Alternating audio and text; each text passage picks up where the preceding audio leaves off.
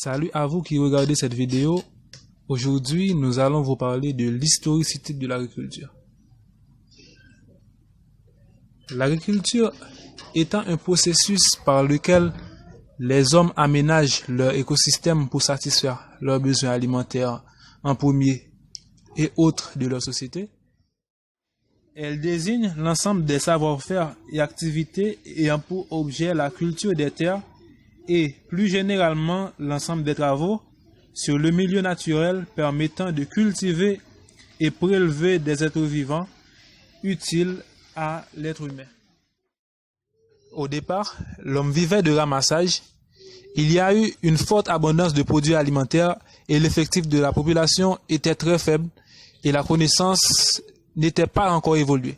Par la suite, l'homme a laissé cette première stade et passe surtout à l'étape de la cueillette, la pêche et la chasse. Cette étape a été suscitée par l'augmentation de la population et grâce à l'évolution de la connaissance de l'homme. L'agriculture est apparue après cette importante étape. L'homme commence à la domestication des plantes, des animaux, des techniques nécessaires pour les cultiver et les élever, puis de la modification des écosystèmes cultivés transformés en agro-écosystèmes.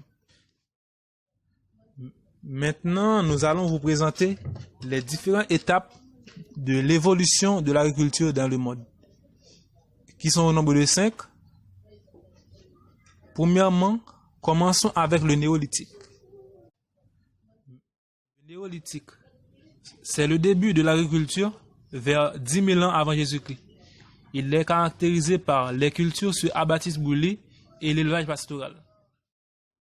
Dans les cultures sur abattis brûlés, les agriculteurs abattent une partie de la forêt, y mettent le feu, ils cultivent la portion de terre ainsi dégagent pendant 1 ou 2 ans et recommencent le même processus dans une autre portion de la forêt.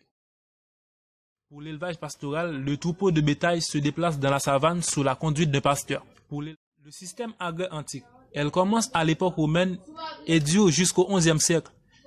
Les instruments les plus utilisés pour les travaux de champ sont la roue, la bêche. Le bétail est utilisé comme vecteur de fertilité des sols.